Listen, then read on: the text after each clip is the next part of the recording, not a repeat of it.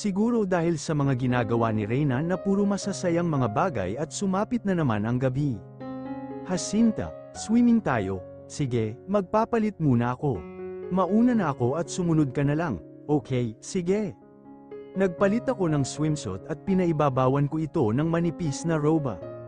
Sa may kalayuan ay natanong ko si Reynan na inaayos niya ang folded table, at hindi ko maiwasan na matuksong pagmasdan ang matipunong katawan ni Reynan, dahil tanging short lang ang kanyang suot. You look so beautiful. Medyo nakaramdam naman ako ng konting kilig sa aking sarili. Salamat, may maitutulong ba ako? Pagdadahilan kong tanong. No thanks, tapos na ito, maupo ka na lang, salamat. Umupo rin si Reynan sa aking harapan at sabay bukas niya ng red wine. Umiinom ka ba nito? Yes, pero wala bang beer? Wala nga eh, gusto mo ba? Gusto sana, kaso wala naman. Bibili ako sa labas. Hindi, joke lang, marunong ka nang mag-joke ngayon, ha? Pero masaya ako na makita kitang laging nakangiti, sabi ni Reynan, sabay salin niya ng red wine sa aking baso. Salamat sa iyo, Reynan, dahil nandyan ka para pangitiin ako. My pleasure, Jacinta, ani Reynan sabay tingin sa aking mukha at di maiwasan na magkasalubong ang aming mga titig sa isa't isa, dahil nakatingin din ako sa kanyang maamong mukha. Swimming tayo. Pagdadahilan ko para matudukan ang aming pagtitinginan. Sure, pagsang-ayon niya sabay tayo niya at nagtungo sa tubig. Sumunod naman ako at tinanggal ko ang suot kong manipis na robe. Nang palusong na ako sa tubig ay tama ang paglingon ni Reynan sa akin, napatitig siya sa buo kong katawan na tila bang nakalimutan niyang kumurap. Hoy, panggulat ko sa kanya sabay saboy ng tubig dagat sa kanyang mukha. Oh, sorry, sabi ni Reynan na biglang namumula ang buong mukha nito. Sorry saan? Wala, never mind, aniya na may kasamang mapaklang ngiti at ako naman ay lihim na napangiti na hindi alam ang dahilan. Ang sarap palang mag-swimming kapag kanitong oras. Oo, lalo na at matahimik ang paligid, konti lang ang pagitan namin ni Reynan, at patuloy kaming nagkukwentuhan nang may biglang kumagit sa aking paa. Ano yun? Napasigaw ako nang wala sa oras dahil sa aking pagkabigla. Napayakap ako kay Reynan nang hindi sinasadya. Bakit? Ano ang nangyari? May tumuklaw sa aking paa. At maya-maya pa ay natauhan na lang ako nang mapansin ko na nakapilipit pala ako sa leeg ni Reynan, at siya naman ay nakayakap na sa aking mukha. Di maiwasan na mapang-abot ang aming mga hininga at katawan. Hindi ko alam kung ano ang nagtulak sa amin para matangay kaming dalawa. Biglang naglapat ang aming mga lobby at namalayan ko na lang na tumugon na pala ako sa kanyang mga halik. Sobrang tahimik sa buong paligid at ang mga hampas ng alon ang nagsisilbing musika sa amin. Sorry, sabi ko nang mahimasmasan ako at sabay layo sa katawan ni Reynan at tinalikuran ko siya. Jacinta, ngunit nagbingi-bingihan ako sapagkat ang makiramdam ko ay wala na akong pagkakaiba kay Patricio, isa na rin akong taksil. Hindi ko namalaya na pamatak na pala ang aking mga luha at patakbo kong tinungo ang bahay. Hindi ko alintana na sinusundan pala ako ni Reynan. Nang papasok na ako sa kwarto ay bigla niyang hinawakan ang aking braso. Jacinta, I'm sorry, huminto ako at humarap sa kanya. I'm sorry too, Reynan, kinabahan kong tugon. Sorry para saan? Dahil natukso ako, nakayuko kong sabi. So ano ngayon kung natukso ka? Jacinta, Reynan, wala na akong pinagkaiba kay Patricio, isa na rin akong mahina at taksil. You're wrong, Jacinta, hindi ka nagtataksil, you are free now, Jacinta. Nakalimutan mo bang wala ng bisa ang inyong kasal? Natahimik ako at inalala na anal na pala kami ni Patricio, bigla akong nakaramdam ng konting kirot dahil siguro ay nasa puso ko pa ang dati kong asawa.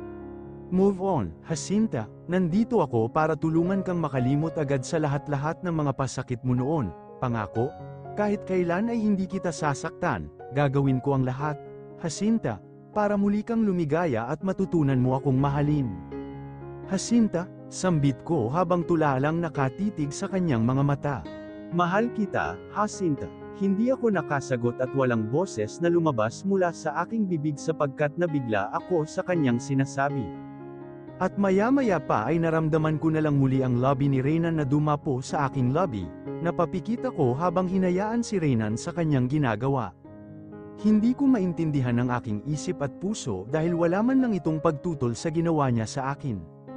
Na para bang handang-handa ako sa kanyang gagawin. Dahan-dahan akong itinulak ni Reynan, patungo sa kama at ako naman ay nagpapaubaya sa bawat niyang galaw. Ni kaunti ay wala akong naramdaman na pagtutol sa aking puso. Handa na ba ako? Tanging tanong ng aking isip, maingat akong inihiga ni Reynan na may kasamang pag-alalay sa aking likod. Hanggang sa tuluyan na niya akong may higa sa malambot na kama, lumalim ng lumalim ang aming paghahalikan hanggang sa naramdaman ko ang init ng aking katawan, at this time ay walang ibang laman ang aking isipan kundi ang ginagawa ni Reynan sa akin. I love you, Jacinta, bulong ni Reynan habang pansamantala niyang itinigil ang kanyang ginagawa. I love you too, Reynan, ngunit ang katagang aking binitiwan ay hindi ko alam kung saan nanggaling. At kahit ako man ay nabigla sa aking sagot, bahala na, sigaw ng aking isip. Nagpatuloy si Reynan sa kanyang ginagawa, hanggang sa maingat niyang hinubad ang aking damit at ganoon rin ang sa kanya. Napatitig ako sa kanyang dibdib na mas lalong nagpapainit sa aking katawan. Maingat na bumaba ang labi ni Reynan patungo sa aking dibdib. Dahil sa lamig ng kanyang dila na dumapo sa aking dibdib, hindi ko mapigilan ang mapahawak sa kanyang ulo, dahil na rin siguro sa kakaibang sensation na dumadaloy sa aking kalamnan. Hanggang sa parehong wala na kaming suot, hindi naman ako nakaramdam ng pagkahiya sa aking kaharap dahil madilim ang loob, tanging liwanag lang ng buwan ang nagsilbing ilaw na nagmumula sa bintana. Jacinta, mahinang sambit ni Reynan sa aking pangalan. Handa ka na ba? Yes, Reynan, pangako, hinding-hindi kita tatalikuran, Jacinta. Pananagutan ko ang lahat ng ito.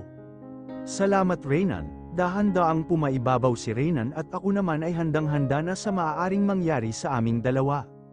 Jacinta, ituloy mo, muling kumilos si Reynan, para ituloy ang kanyang nasimulan. Dahil sa konting kirot na aking naramdaman at mas lalo ko namang hinigpitan ang pagkayakap sa kanya. Malapit na ako, Jacinta, kapwa na kaming pawisan habang hinihintay naming pareho na marating ang sukdulan. Tagumpay naming narating ang tugatog at pareho kaming may satisfaction sa aming lovemaking. Salamat, Jacinta, sabi niya sabay halik sa AKN, salamat din. I love you, paulit-ulit niyang sabi at ganoon rin ang kanyang paghalik sa aking lobby at napangiti ako sa kanyang ginagawa. I love you too. Suddenly ay biglang tumahimik si Reynan na para bang may dinaramdan at narinig ko ang mahina niyang pagdaing. Bakit, Reynan? Pag-alala kong tanong, wala ito, nasubrahan lang yata. Gusto mo ba ng tubig? Say, please. Dali-dali akong bumangon at kinuha ang tuwalya sa loob ng banyo, at agad na lumabas para ikuha siya ng tubig mula sa kusina. Ito, Reynan, at inabot ko ang isang basong tubig. Salamat, Jacinta. Nang matapos siyang makainom ay muli akong humiga sa kanyang tabi at maagap naman niya akong niyakap. Salamat, Jacinta. Sobrang saya ko ngayon sapagkat akin ka na. Sana hindi mo ako sasaktan at paiiyakin, Reynan. Pangako, hinding-hindi ko yan gagawin sa'yo. Mahal kita, Jacinta. Salamat, Reynan. Tulog na tayo. Nakatulog kami na magkayakap at pakiramdam ko ay safe na safe ako sa mga bisig niya. Kinabukasan ay sobra pang himbing ang tulog ni Reynan, at dahil maliwanag na ay maingat akong bumangon para maghanda ng breakfast naming dalawa. Simpleng almusal lang ang aking ginagawa at ipinagtimpla ko rin siya ng coffee with cream, dahil alam ko na ito ang kanyang nasanayan sa pagkagising. Dinala ko ito sa kwarto para abot sa kanya. Nang makapasok ay tulog pa rin si Reynan, umupo ako sa kanyang tabi at pinagmasdan ang maamong mukha niya. Hindi ko naman inasahan na biglang sasagi sa aking isipan si Patricio, at muling bumalik sa aking alaala ang mga masasayang araw naming dalawa. Good morning, my Jacinta. Ito na ang coffee with milk mo. Bangon ka na, boses ni Patricio. Mamaya na, tabihan mo muna ako. Okay, pero 1 minute lang. Opo, ang 1 minute na yun ay inabot ng 1 oras hanggang sa makatulog kaming dalawa ni Patricio.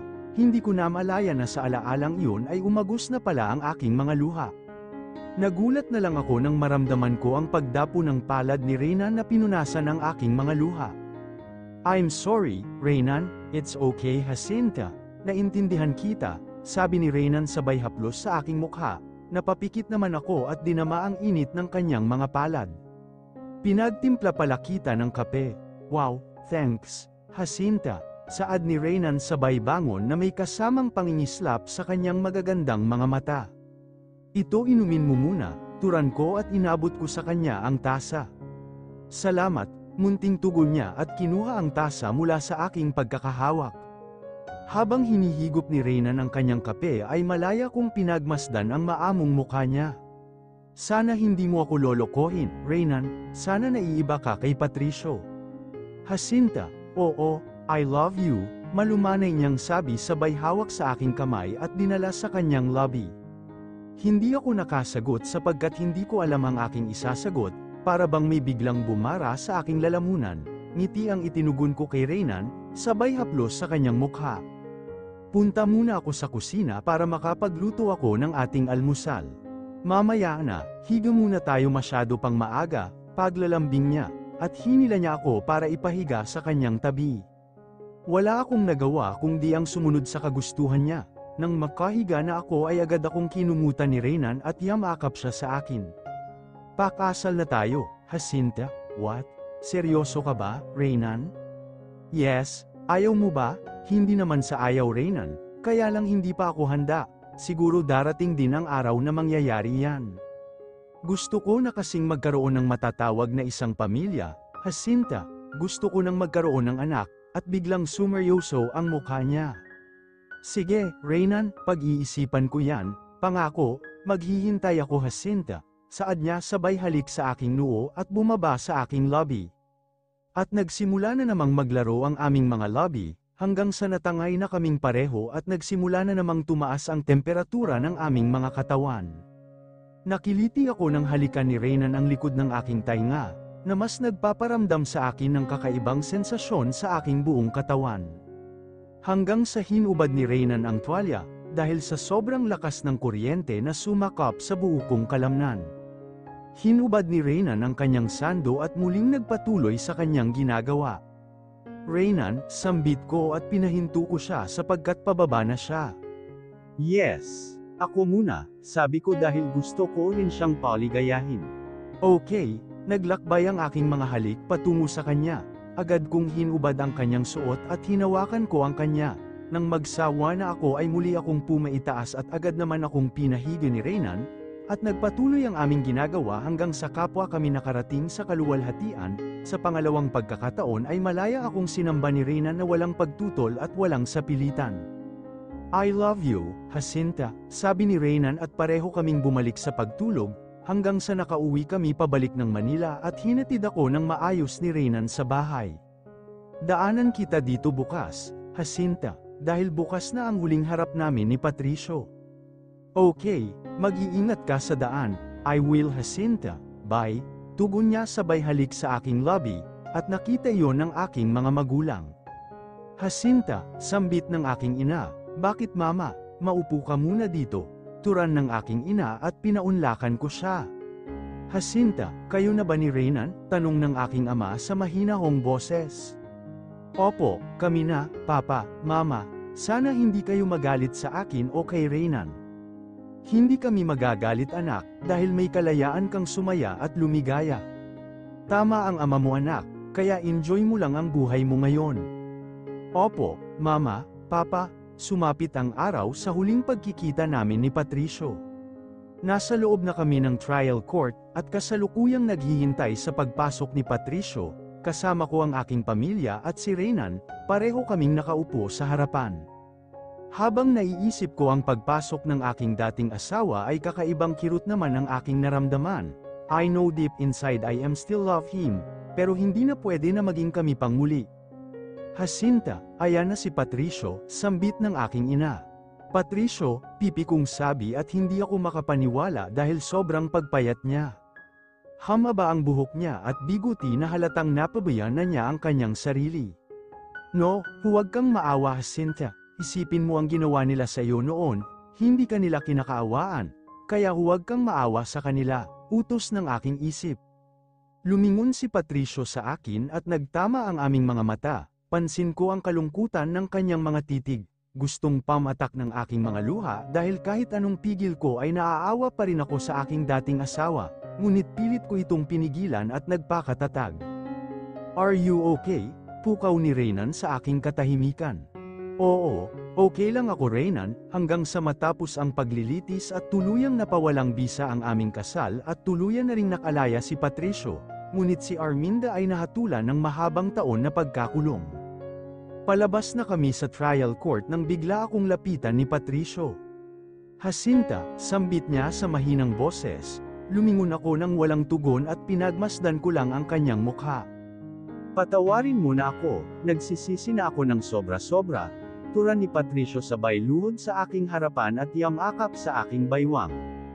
"Tumayo ka dyan, Patricio," utos ko sabay patak ng aking mga luha.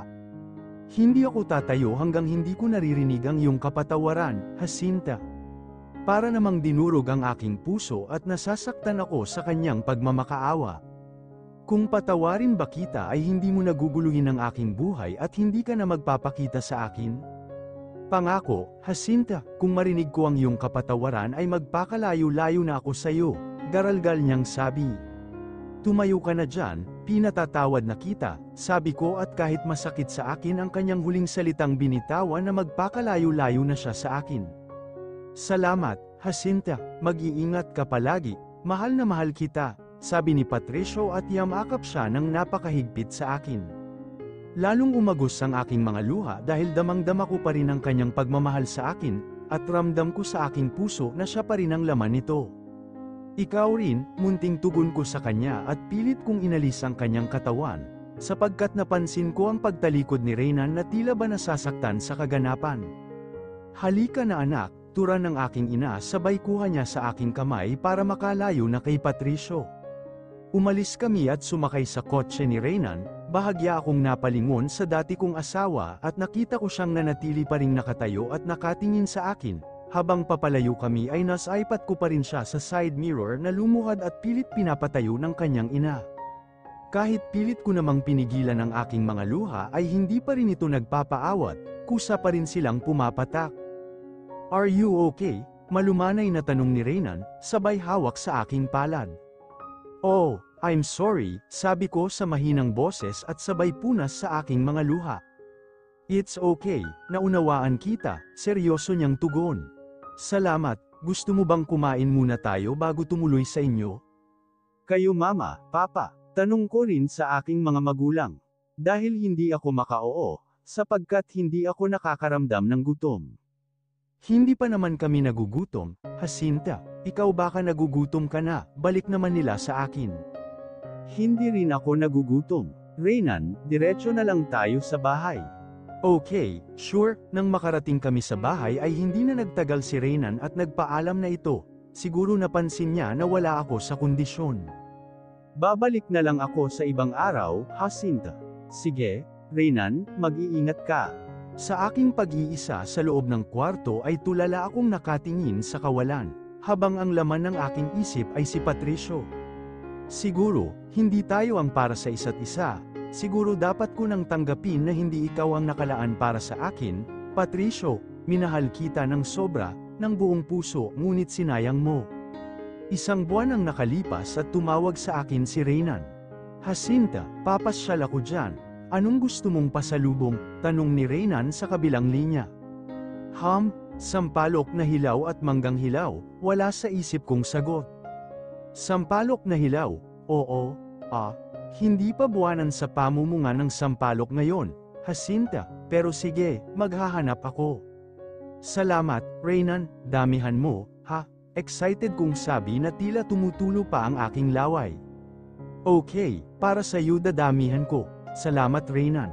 "Welcome my Jacinta, love you." Pagkatapos naming mag-usap sa phone ay sinabi ko kaagad sa aking ina na darating si Reynan at sa bahay namin manananghalian. Nakita ko mula sa bintana ang pagdating ni Reynan, at tamang-tama dahil tapos na naming maayos ang hapagkainan. May kumatok sa pinto at alam kong si Reynan na yon, kaya agad ko nang binuksan ang pinto. "Hi, Jacinta," nakangiting bati ni Reynan sabay yakap sa akin ng napakahigpit. "Hello," tugon ko at may kasamang halik sa kanyang pisngi. "Good afternoon, tita," Bati niya sa aking ina. Magandang hapon rin, Reynan, tama ang pagdating mo dahil naka-ready na kami sa lamesa, tugon ng aking ina. Salamat po, Jacinta, ito pala ang manggang hilaw at ang sampalok na hilaw, sabi niya sabay abot sa 2 supot na kanyang bitbit.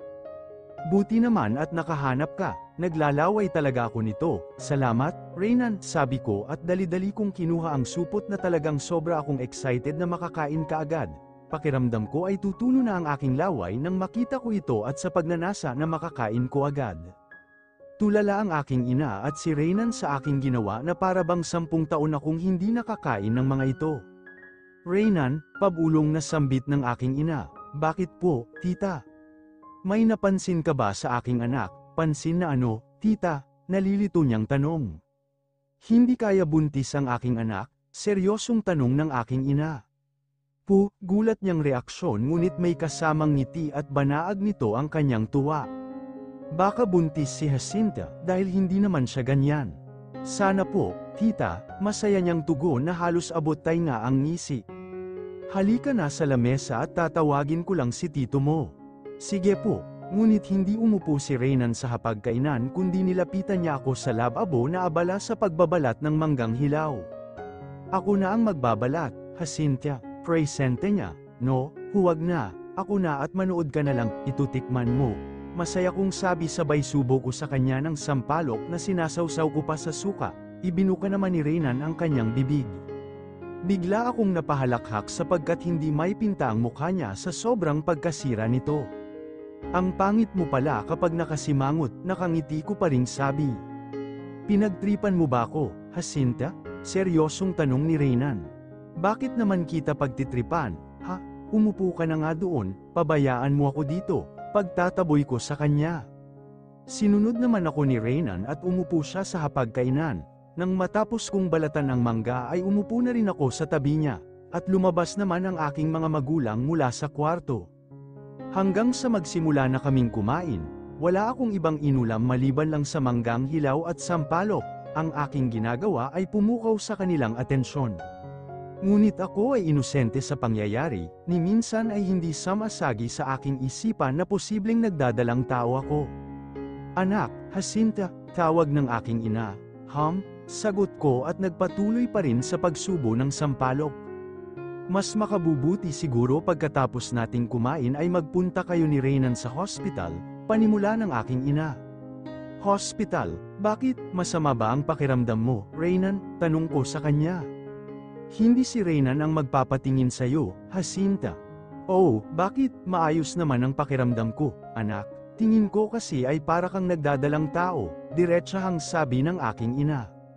Nabigla naman ako sa aking narinig at napahinto sa pagsubo, sabay tingin ko kay Reynan, ngumiti siya ay banaag ko sa kanyang mukha na masaya ito.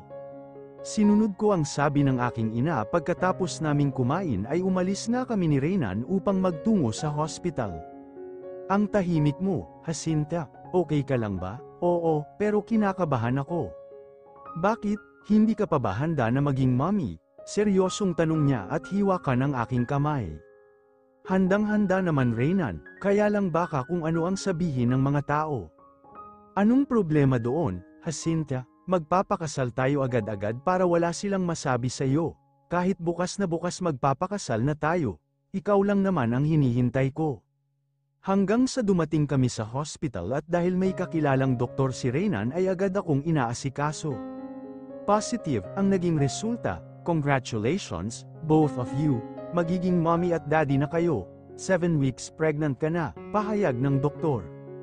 Magiging daddy na ako, Jacinta, masiglang sabi ni Reynan sabay yakap sa akin. Masaya rin ako sa aking narinig at nakalimutan ko kung ano ang sasabihin ng ibang tao. Nang makauwi kami sa bahay ay agad kong sinabi sa aking mga magulang ang pagdadalang tao ko. Sobra naman silang natuwa, sapagkat matagal na rin nilang inaasam na magkaroon ng apo. Dahil sa aking pagdadalang tao ay napag-usapan agad ang aming maagang kasal. Reynan, gusto ko simpleng kasalan na lang, ayaw ko ang magarang kasal, kung pwede tayo-tayo na lang, pakiusap ko sa kanya. Sapagkat biglang bumalik sa aking alaala ang nangyari sa amin ni Patricio noon, na sa araw mismo ng aming kasal ay naganap ang isang trahedya na siyang dahilan sa paghihiwalay namin ngayon. Sige, kung iyan ang gusto mo, Jacinta, ay irerespeto ko. Ang mahalaga ay makasal tayo at mabigyan ng mabuting pangalan ang magiging anak natin. Sumapit ang araw ng aming kasal ni Reynan, papasok na sana kami sa office ng judge nang biglang humarang si Patricio. Patricio, bulalas ko sa pagkabigla dahil hindi ko inaasahan ang pagsulpot ng dati kong asawa. Jacinta, totoo bang ikakasal kayo ngayon? Mahinahong tanong ni Patricio. Wala naman sigurong masama kung ikasal kami, Patricio. Ngunit hindi ito pinapansin ni Patricio at sa akin siya muling nagtanong. Jacinta, hindi mo na ba ako mahal? Mahal na mahal kita. Jacinta, umaasa pa ako na muli pang maayos ang lahat sa atin, pahayag niya at nagsimulang pamatak ang mga luha ng dati kong asawa. Hindi na kita mahal, Patricio, napipilitan akong magsabi sa kanya ng ganoong kataga para tumigil na siya. Hindi ako naniniwala, Jacinta. Alam ko at ramdam ko pa rin na mahal mo pa ako. Patricio, please, kung totoong mahal mo ako, huwag mong sirain ang kasal namin ni Reynan, alang-alang sa magiging anak namin, sabi ko sabay hawak sa aking tiyan. Nabigla siya at napatingin sa aking sinapupunan, nakaramdam naman ako ng awa sa kanya. Ngunit wala na akong magagawa, sapagkat magkakaanak na kami ni Reynan, at nasisiguro ko rin na magiging mabuti ang buhay.